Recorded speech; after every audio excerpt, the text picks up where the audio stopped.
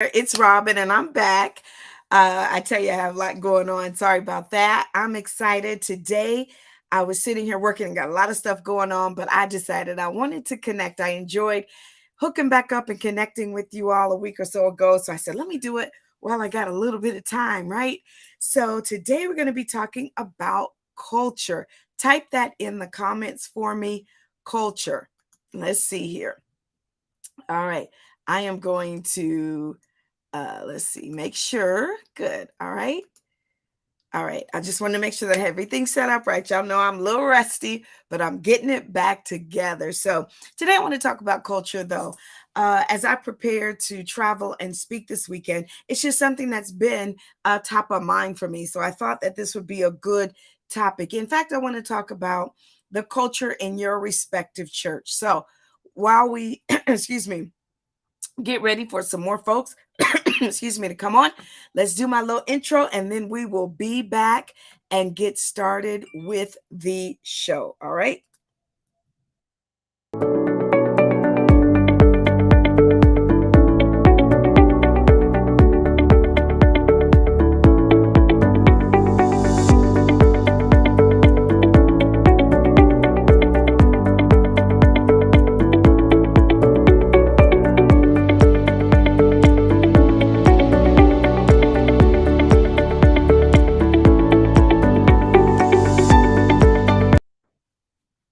So that's what happens when you haven't done this in a while and you play the wrong intro.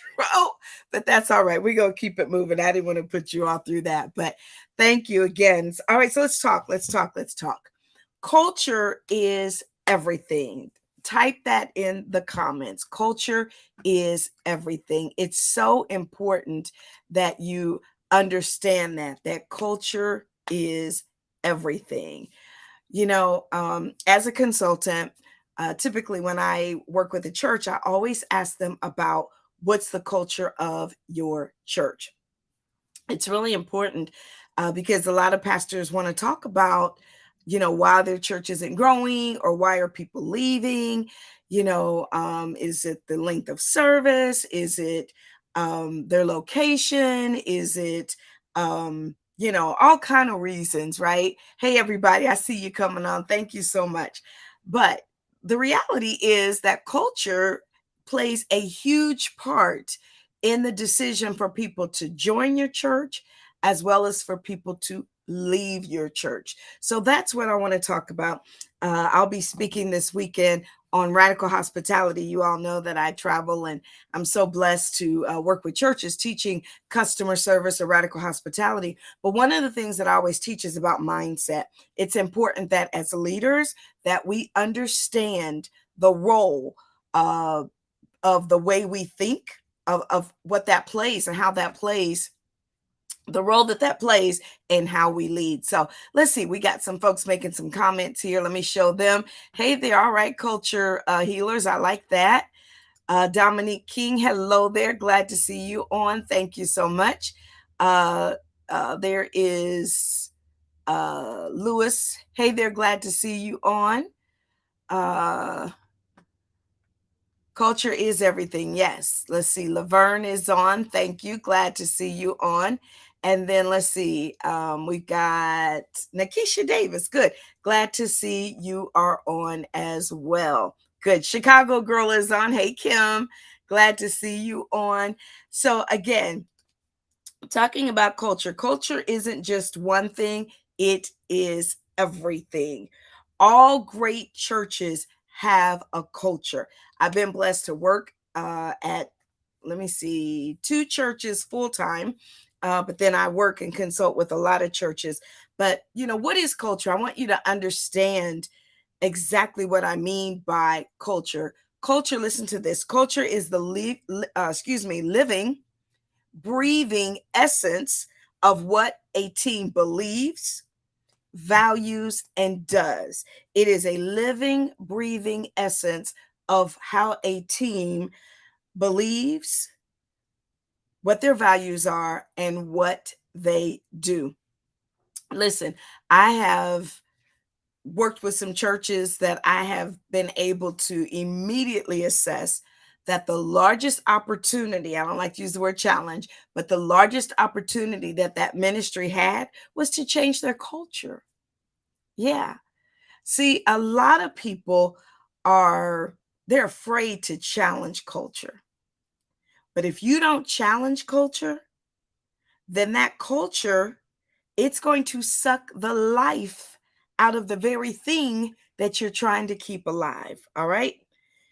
Culture is written and unwritten rules that say how a team communicates, how they connect, how they think, how they work, and how they act. So let me break that down. Written, we understand what written is. This is what we're going to do. We do this on first Sunday, this on second Sunday, this on third Sunday. We wear this on first Sunday, second Sunday, third Sunday. We require you to go through XYZ process in order for you to serve, your new members, your assimilation process. Those are written rules that shape your culture. But now let's talk about the unwritten rules. What are some unwritten rules? Tell me, what are some unwritten rules? I'll give you a couple while I give you a second to share. But some unwritten rules are that I'm trying to make sure I stay as positive as I can with this, but there's some unwritten rules that say if you have a certain last name, yeah, you get opportunities to do things. If you have a title, that's an unwritten rule that shapes culture. Yeah. This is a big one. If you have a gift that is on public display that people love, that can be an unwritten rule of culture. What type of gift? Well, if you're a great singer, we all know in church, we love great singing. We love great music. We love musicians that play really well. So part of your culture may be that we aren't strict or rules don't apply to those that we favor because of their gifts, because of their talents. Think about that. So what unwritten rules? Share with me. What unwritten rules do we have? Let's see here. Let me go to the comments. Let's see. Are they coming through? I'll check back in just a second. But yeah, so think about that. The unwritten rules. And then it says as to how a team communicates. Well, we communicate to this group, but we don't communicate to that group. We communicate to people that have been here this long, right? That are the old regime, and we don't communicate with the new regime. Okay, good. Somebody's saying sitting in someone's seat or section. That's huge. Thank you for that, John. Let me put you on. Yes, absolutely. Sitting in someone's seat or section. That's an unwritten rule. You can't sit here. Well, it's not written, but the culture of this church, we know, you can't fool with that person's seat or sit in their section or park, in a particular parking space. So thank you for that. But how the team communicates, also how they connect. Certain people go out and eat with certain people. Certain people pick certain people to be on their planning teams. They give them assignments. These are, things that shape your culture. How you all think. Well, because you weren't, born and raised in it, and now you want to be a part of it, you're not really one of us. You're not authentic, right? Or the works we do. All of this creates the culture of your church. For instance, I know that as a leader, one of my things is to be prepared. I like to have notes. I like to have structure. I like to have an agenda. The culture that I set, if you work with me, that's what you're going to do. All right. And then lastly, of course, your acts. Are you on time? Are you pleasant? Are you positive? Are you negative? Do you talk about people? Do you throw rocks and then hide your hand? All of that, I'm telling you, it helps create the culture of your church. And let me ask you this, as I talk about culture, why is creating a strong culture important for your ministry? Why is it important that you create a strong culture for your ministry? Listen, if you want your ministry to grow, if you want it to thrive, people have to feel safe. People have to feel like they are with people that aren't going to harm them, with people that aren't going to, chew them up and spit them out. Let me just say it, right? It matters that you build a strong culture. One of the best ways to build a strong culture is to measure it. Whatever expectations you put out, they should be written. And then you should check and make sure that what you put out is what's being done. Nothing worse than somebody saying, and I've had people say this to me when I've sat down with teams and done assessments. Oh, they say that stuff, but they don't mean it. I said, well, what do you mean they don't mean it? Well, they don't ever hold anybody accountable that doesn't do it, or they don't ever hold anybody accountable that does the opposite of it, or they don't appreciate the ones that do it. All right. So, talking about culture. So, that's why it's important to create a strong culture within your church. We want people to feel safe. We want them to be confident, and we want them to do the work that God has entrusted to them, that they've connected with our ministry in order to do. All right. But you got to have a strong culture in order for that to happen. Let me keep going. Uh, one of the um, one of the things that kills culture is experience. Yeah, one of the things that kills culture is experience.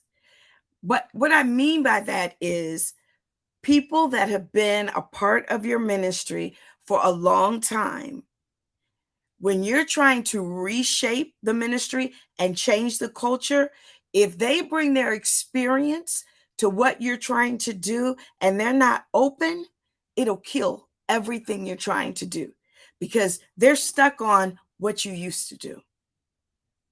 Does that make sense? Give me some heart. Show me some love if that makes sense. Hey, Kamani, I'm glad to see you on. Rhonda, I see you on as well. Good stuff. Yeah, think about that though. It is important that you do not allow, hold on one second. I'm trying to get myself together here on, okay, there we go. Good.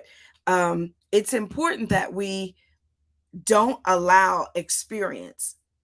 Yeah, that we don't allow the curse of experience to kill whatever type of culture, the culture shift you're trying to do within your ministry. You know, you can improve your culture by what you do. I'm telling you, people will sit back and they will watch just to see if you're really serious about changing the culture of the church. I've seen it. I was raised Methodist, and so in the Methodist family, they rotate pastors. And so when a new pastor comes in, I've seen it where people sit there and cross their legs and say, well, they've got all these great, wonderful ideas, but, none of it's going to work. Well, that pastor has to come in and change the culture because that group may have been the contingency that ran things in that ministry. But in essence, with this new leadership, if they're trying to switch the culture, what they're going to run is people out the door. Yeah. And that's not what we want to have happen. So I want to challenge you on today is to check the culture of your church. Culture is the living, breathing essence of what a team believes, their values, and what they do. If your culture is we are a ministry of excellence, then hold everybody to that standard. Define what excellence means. We start on time. Yeah. We have servant leaders in place by a certain time. All of our servant leaders wear XYZ. all of our servant leaders go through whatever type of training. That's how you set the culture of your respective ministry. And of course, I'm talking about ministry, but this applies to business as well. It's really important, if you want to grow, that one of the things you look at and assess is the culture of your church. It may be time to change leaders, change leadership. If you're having trouble getting your parking lot team, if you decide that, hey, we want to stop people from coming in this entrance and we want them to come from this other entrance, but the person that's over the parking lot, they're not in agreement, get rid of them. Reassign them. It's easy. Yeah. Give them an opportunity to get on board, but if they don't get on board, get rid of them. It's okay. I learned this a long time ago. Y'all type this in the comments. People fire themselves. Yeah. People fire themselves. What do you mean by that? When you have to fire someone, it's as a result of what they did or didn't do. And it's easy to show them. Hey, here's what we said we were going to do, and you didn't do it. So we've spoken with you multiple times. We've, given you the opportunity. We've given you the tools. We've given you the skill set, and you didn't do it. So we're going to go in another direction. That's a nicer way, but basically you're firing that person. Yeah, and it's easy. Believe people. Maya Angelou said all the time, said it. She's accredited with saying it, that when people show you who they are, believe them. It's the same concept with a worker. When they show you how they work, believe them. Yeah. If you ask somebody to change something a couple times and they still don't do it, they're not. They're not. And when you don't fire them, you frustrate everybody else that's connected with them. And that's not fair to everybody else. So, of course, you go through the process. We're going to do some restructuring. We're changing the culture of how we do things. Here's what we're going to do. Here's how we need you to line up. Give a plan, give the strategy, get everybody on board, get them to even sign a commitment letter, whatever it is, and then hold them accountable. Hold their feet to the fire. That's how you change culture. Listen, change is not easy. And remind people of that. Oh my goodness, you're going to ruffle feathers and all that. That comes with the territory. Yeah, you got to put your big girl shoes on, big boy shoes on. It comes with the territory. As long as we do things in love, as long as we do things fairly, you can't decide to hold one group accountable and not the other. You got to be fair about things. Yeah, but as long as you do it, when people see that you are moving in a direction that's taking them higher, they'll hang out with you. They'll hold on yet a little while longer. Yes, absolutely. But it's when you do the wishy-washy thing. It's when you get challenged and you don't step up. Yeah. It's when you don't hold your own feet to the fire that as a leader, it makes people second guess your authenticity of what it is you're trying to do. All right. So I want to challenge you on today. Again, I'm traveling on Saturday. So I'm getting ready, for my leadership workshop. So I just thought I'd share that little tidbit. I hope that you enjoyed it. Any questions? Good. I see the feedback. Thank you so much. Yeah, Rhonda, good stuff. Good stuff. Hello there, widow. Good. Glad to see you on. Laverne, good. Glad to see you on. Thank you so much. All right, guys. Well, I am going to check out. I got to get back to doing some of the work that I've been working on all day. Just thought that I'd pop on and share that little bit with you. God bless you guys and have an amazing day. Bye-bye.